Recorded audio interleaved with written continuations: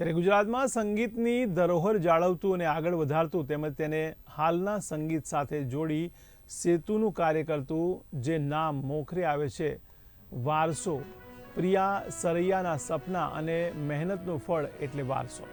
ત્યારે આરંભથી જ વારસો થકી ગુજરાતી સંગીતનો મિજાજ બદલાયો હોય તેમ લાગે છે। ત્યારે કોક સ્ટુડિયોની જેમ વારસો પણ ગુજરાતી સંગીતને લોકો સુધી અનોખી રીતે પહોંચાડે છે। તેમાં લોકસંગીત, ફ્યુઝન અને આધુનિકતાનો સુંદર સમન્વય છે। ત્યારે વારસોની બંને સિઝનની સ્મારક સફળતા બાદ પ્રિયા સરૈયાએ વારસો 3નું અનાવરણ કર્યું છે।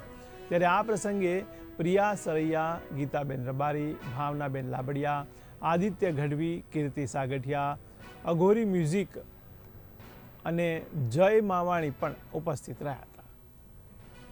એવી રીતે આવ્યો જેમ કે જે અમારું ગીત છે ગણપતિનું અને શંકર મહાદેવન જેવો અવાજ ગણપતિ ગીત ગાય એટલે સ્વયં શંકર ગણપતિ બેસાડે વારસો માટે એવો વિચાર હતો અને એ સાક્ષાત્કાર થયો અને આવતીકાલે એ ગીત રિલીઝ થવા જઈ રહ્યું છે। પ્રથમ પહેલા સમરીએ ગણેશ ધુંદાળા।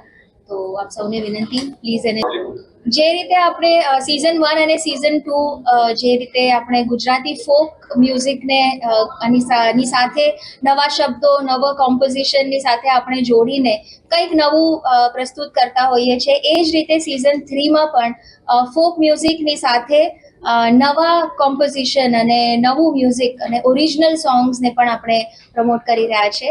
સો યસ, વારસોની 3rd સિઝનમાં 6 ગીતો છે અને એવરી ફ્રાઈડે આવતીકાલથી શરૂ થાય છે 21 માર્ચથી એવરી ફ્રાઈડે એક નવું ગીત રિલીઝ થશે।